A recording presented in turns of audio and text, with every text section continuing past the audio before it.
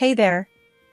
I'm Clara, and I've been on a roller coaster that I used to call my marriage for the near 2 decades. I know numbers, that's my game, I'm an economist. But I'll let you in on a secret, give me a drab room and a fresh lick of paint and I'll give you a masterpiece. That's where I really shine. Now, Tom, he's a whole different story. The guy's got brains, I'll give him that. Financial analyst, and a damn good one. We met back in college, both of us bright-eyed with textbooks in hand. Dreamt of the big family, the white picket fence, the whole shebang. Turns out, life had other plans. Docs gave us the hard truth, with me, babies just weren't going to happen. Crushed us for a while, yeah, but we bounced back, sorta. We decided, if not a house filled with kids' laughter, we'd fill it with something else, style, charm, call it what you will. We found this house, and signed up for a multi-year mortgage. A beast of a place, years upon years on its bones, creaking like an old ship. Most would have walked away, but not us, we saw what it could be. I remember walking through the door the first time, the smell of dust and forgotten times in the air. Tom was right alongside me, and he was talking big plans, like he did. You see this, Clara? This place is ours. A bit of elbow grease, and we'll make it into something. I laughed, shaking my head at his excitement. Elbow grease? Tom, this place will take more than that. But we'll do it. Room by room.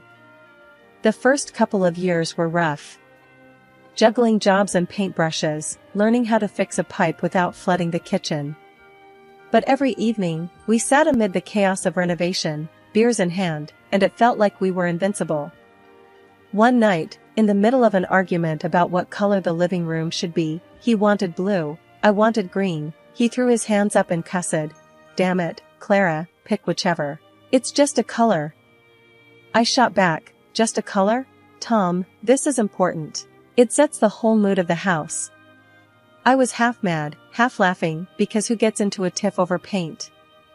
The green one, by the way. He said it made my eyes look brighter, and that was that. Every choice, every little victory was ours. Then the house started taking shape, and I got a taste for it, I mean, really got a taste for it. The neighbors, friends, they couldn't stop yapping about how I turned the old wreck into something out of a magazine. Each room was a new project, a challenge that I chewed on until it was just right. The transformation wasn't just the house, it was me too. Here I was, sleeves rolled up, covered in paint splatters, fiercer than I ever felt pushing papers at my old economics gig. Holy mackerel, Clara, did you redo the bathroom again? Tom asked one evening, eyebrows raised higher than the new shower head. Yep, didn't like the first tiles we picked. These are better, see? I slapped the wall, proud as hell. He leaned in, squinting at the tiles. Looks the same to me, but if it makes you happy, then I'm all for it. Typical Tom, always played it cool, but I knew he was impressed. When the Lewis family from next door came over for dinner, Mrs. Lewis almost dropped her casserole walking into the dining room. I had to stifle a laugh. I'm sorry, Clara, but this is just... It's gorgeous. You did this? She was all wide-eyed, turning in circles, taking it all in. I shrugged, trying to act like it was no big deal, but inside I was buzzing. Yeah, I did. Got sick of the wallpaper and thought I'd try something new. New? This is a dang masterpiece. Mr. Lewis chimed in, his face all grins. That's it, I'm done with beige. Mrs. Lewis declared, like she was about to start a revolution. The compliments were one thing, but the kicker? When people started asking if I'd take a look at their places, offer some advice. Then one lady, bless her, asked what I'd charge for a full room makeover. That's when the light bulb went off. Tom, I'm going to do it. I'm going to make a go at this design thing, full-time, I said that night, my head full of dreams and schemes. Tom looked up from his paper. Full-time, huh? You sure you're ready for that? I clenched my jaw but kept my cool.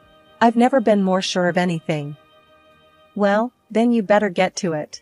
No sense in waiting around, he said, and went back to his reading. Not exactly a parade in my honor, but Tom was never one for big displays. He didn't say much while I set up shop, turned the spare bedroom into my office. He'd pass by the door, give a little nod if he caught my eye. Transformed the tangled mess of our yard into a garden people stopped to admire.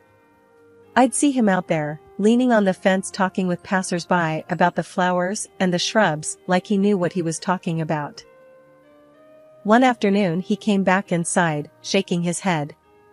Some guy out there just offered me $50 to talk to his wife about doing up their yard. Can you believe that? I grinned, leaning back in my chair. We're a hot commodity, what can I say? With every chair I reupholstered and every light fixture I swapped out, my confidence surged. It was real work, getting your hands dirty, making things beautiful. And people paid for it, who would have thought? The hardest part was the learning curve, hanging drywall and not have it look like a dog's breakfast or figuring out plumbing without creating an indoor pool. But it was a good hard, you know? Satisfying. I finally felt like I was in the driver's seat of my own life, taking control and steering myself towards something that was mine and mine alone. Our house, with its fresh coat of me on every wall, every floorboard, it wasn't just a bunch of projects anymore. It was a signpost, pointing me to where I needed to go.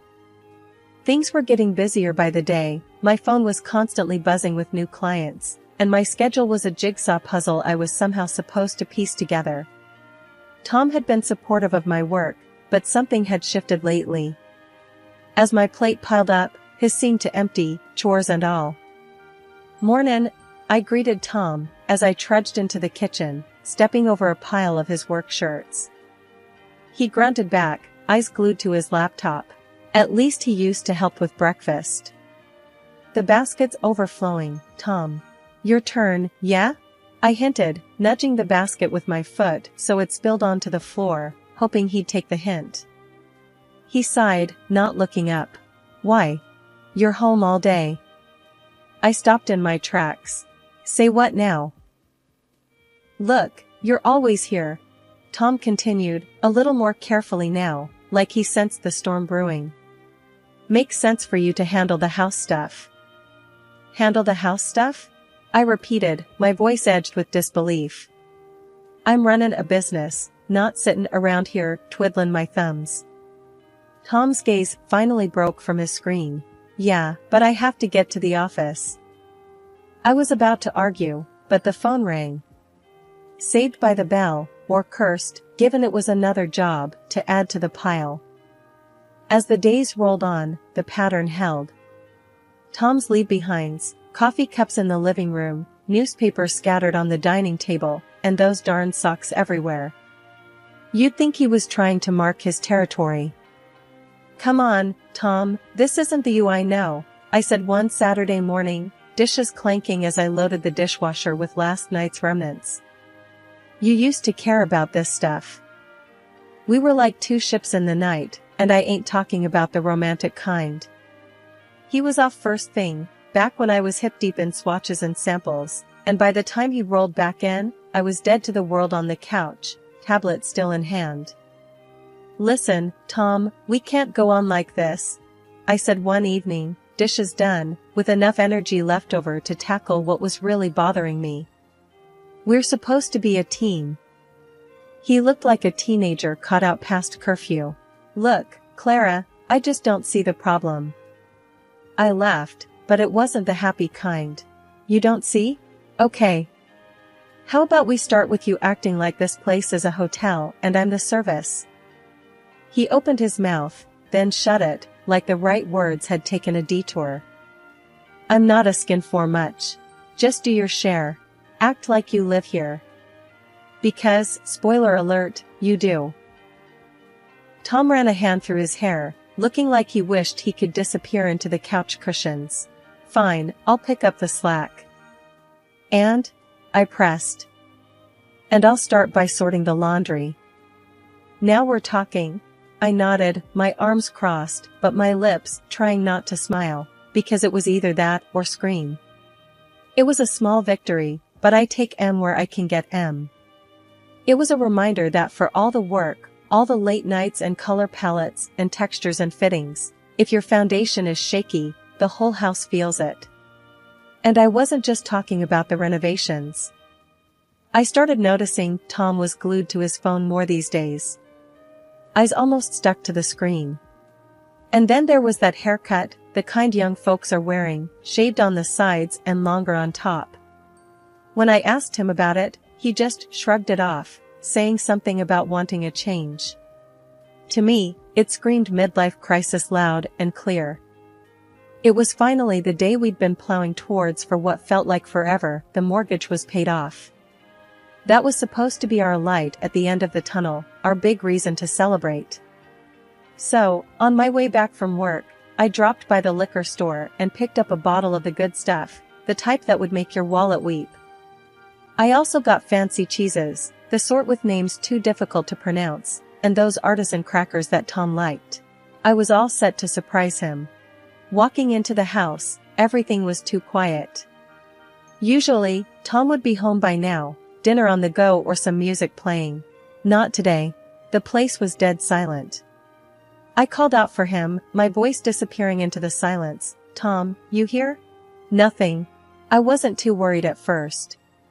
He could have stepped out for something, I thought. Maybe he went to get flowers, to add to the celebration, I hoped.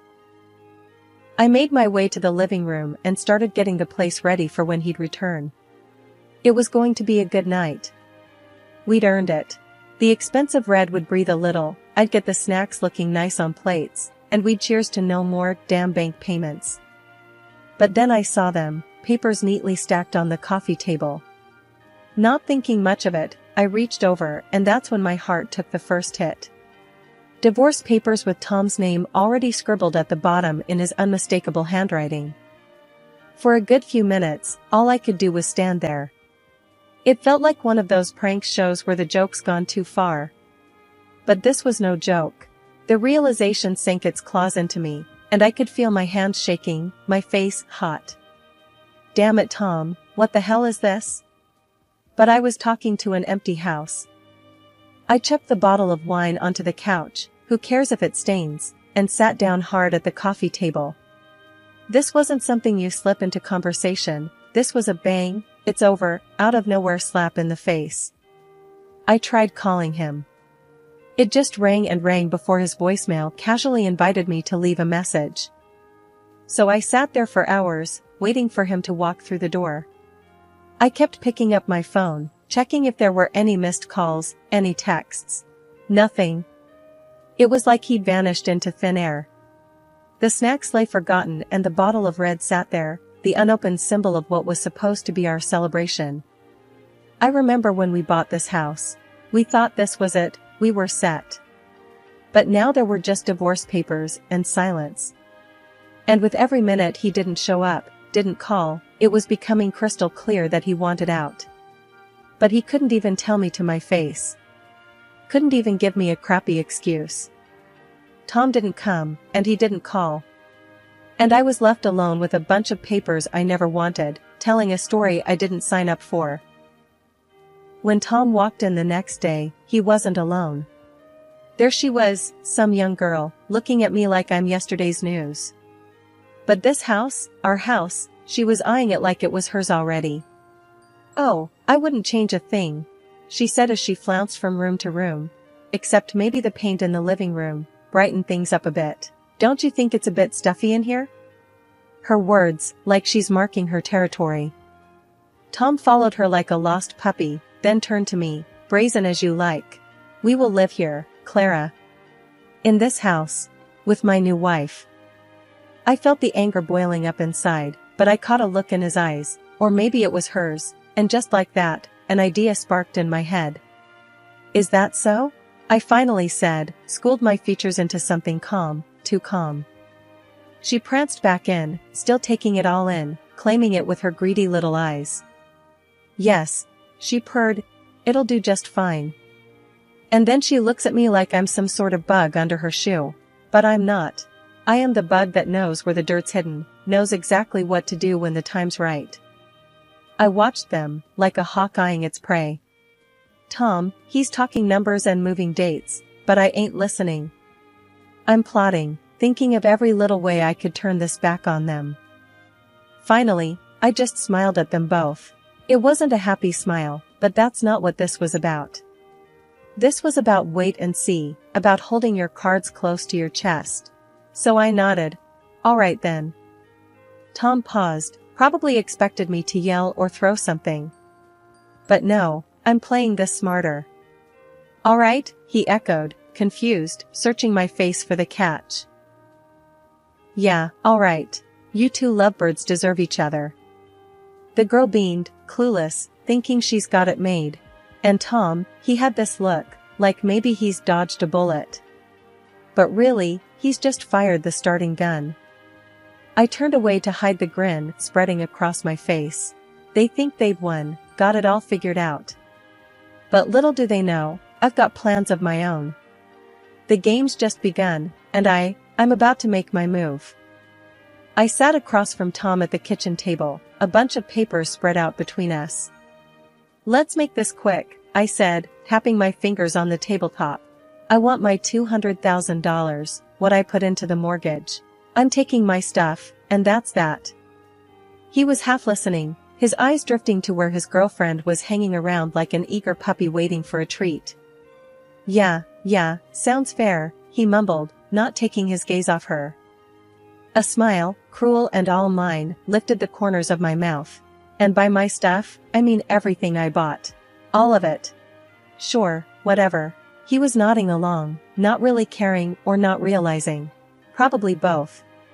Tom's attention was all for the young thing, who was now stroking the back of the leather couch, one that I bought on a whim 3 years back because it looked classy and comfortable. We went down the inventory I'd prepared, point by point, and not once did he argue. Not when I claimed the flat-screen TV, not when I tallied up the kitchen gadgets, the high-end mixer, the chef's knives, the espresso machine that took me ages to pick out. With a distracted wave of his hand, he signed where I pointed on each paper. Signed our years away with less thought than he gave his fantasy football league. It took everything I had not to slam my fist on the table to get him to actually look at what he was giving up. But why bother? I was getting what I came for. And so, it was done. We signed our names, cleared the path for new beginnings, or in his case, a shiny new mistake. While Tom wandered out of the room, probably to chase his giggling girlfriend, I stayed put, relishing the weightlessness of ending it all. I heard her before I saw her, her voice like tinkling glass, all fake and pretty.